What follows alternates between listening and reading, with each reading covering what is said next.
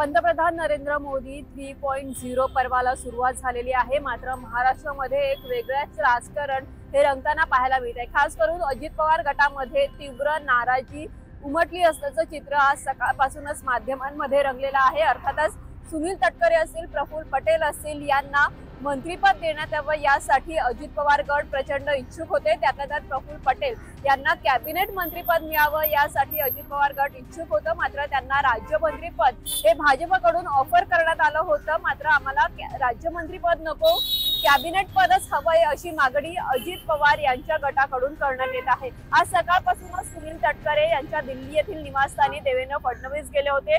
तिथे खलबतं देखील सुरू झाली होती। प्रफुल्ल पटेल हे देखील दिल्लीमध्ये तळ ठोकून आहेत। अजित पवार गटाचे एकच जे आहे खासदार निवडून आले होते लोकसभेमध्ये।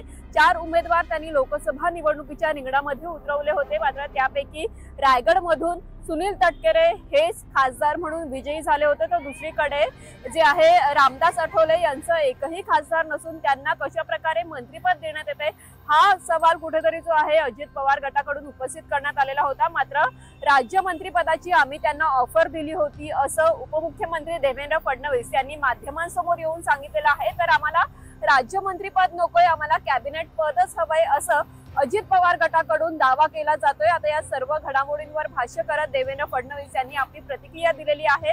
अर्थातच प्रफुल्ल पटेल हे यापूर्वी कॅबिनेट मंत्री राहिलेले आहेत, त्यांना राज्यमंत्रीपद देणं म्हणजे एका प्रकारे त्यांचं डिमोशन आहे असं जे आहे अजित पवार गट यांच्याकडून सूचित करण्यात आलं होतं। तर दुसरीकडे देवेंद्र फडणवीस यांनी माध्यमांशी संवाद साधताना सविस्तरपणे आपली प्रतिक्रिया दिलेली आहे।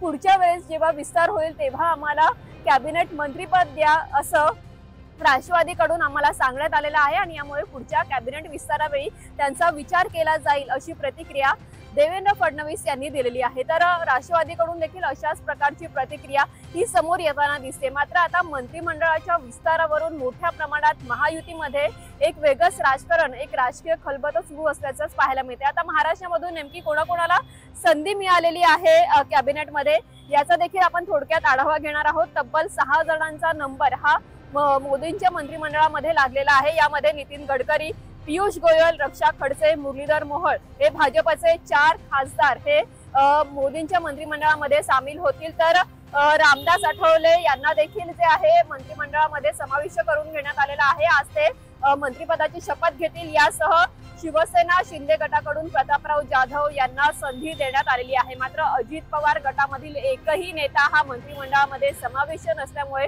कुठेतरी महायुतीमध्ये बिघाडी आहे का किंवा जे आहे अलबेल नाहीये का अशाच प्रकारचे चित्र किंवा चर्चा राजकीय वर्तुळामध्ये सुरू आहे। तुम्हाला याबद्दल काय वाटतं कमेंट करून नक्की सांगा। याबद्दलची अधिक अपडेट जाणून घेण्यासाठी लॉग इन करा mymahannagar.com ला।